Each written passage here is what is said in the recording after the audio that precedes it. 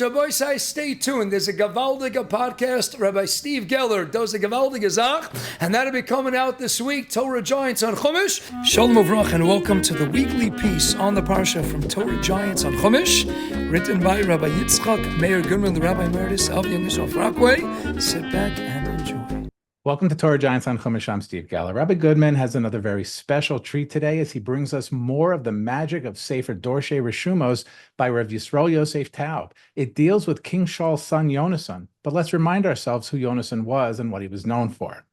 King Shaul made a few questionable decisions as leader of the army of Israel. One was having the prefect of the Plishtim killed, which ignited the anger of the powerful Plishtim army. The army gathered against Shaul, and most of Israel fled to hide in bordering country, in the hills and caves, and some actually defected to the Plishtim army, which would total 30,000 chariots, 6,000 horsemen, and troops as numerous as the seashore. Shaul found himself king and general of an army of only 600 men. Shaul called for the Navi Shmuel, and while waiting, tried to mobilize Korbanos to offer to Hashem, entreating him for victory while so badly outnumbered. While this was going on, and unbeknownst to Shaul, Shaul's son Yonasan told his one attendant that no battle is too great for Hashem to make Israel victorious.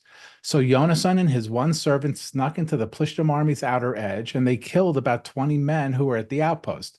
When the Plishtim heard about this, they became panicked, confused, actually turned on each other as they tried to flee.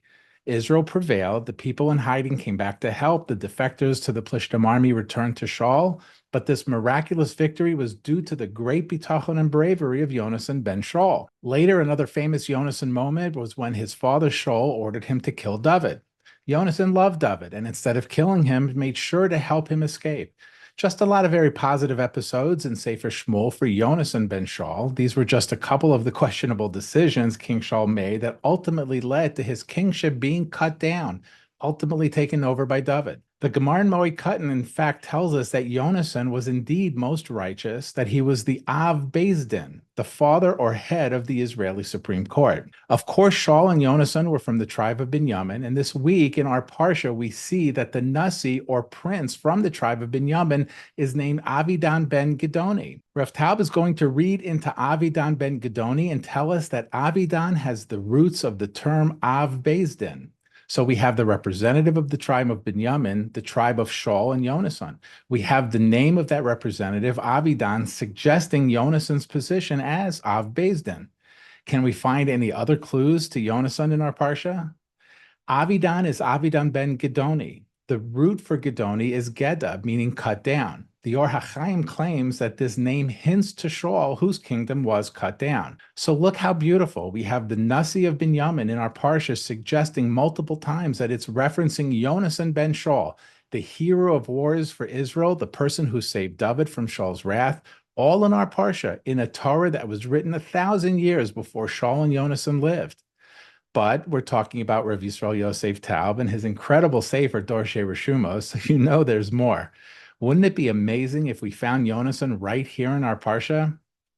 Let's look a little more closely. Take the 5 words starting Avidan, Avidan ben Gidoni Karbano Ka'aras. Rabbi Taub calls our attention to the ending letters of those 5 words. Those very 5 ending letters spells out the name Yonasan. Avidan ben Gidoni can be clearly interpreted as Yonasan ben Shaul. How incredible that his name is hinted at in these exact words. And what are the chances that we would have ever found this absolute gem delivered wrapped with a bow from Rabbi Goodman? Just another of the 1,092 reasons you should like this video, subscribe to our YouTube channel, and hit the share button to copy the link so you can easily paste it into emails, Facebook, texts, WhatsApp groups, or your social media of choice. Seriously, everyone would appreciate you for it. It's the easiest mitzvah of Talmud Torah, and it helps fulfill the potential of Rabbi Goodman's life's work, Torah Giants on Chumash. We go to yeshiva to learn, that's Torah. We seek closeness to Gedolim, that's Torah. We daven for inspiration and v'sein chalkeinu b'sorasecha, that's Torah. We come up with chidushim in our own learning, that's Torah. Maybe.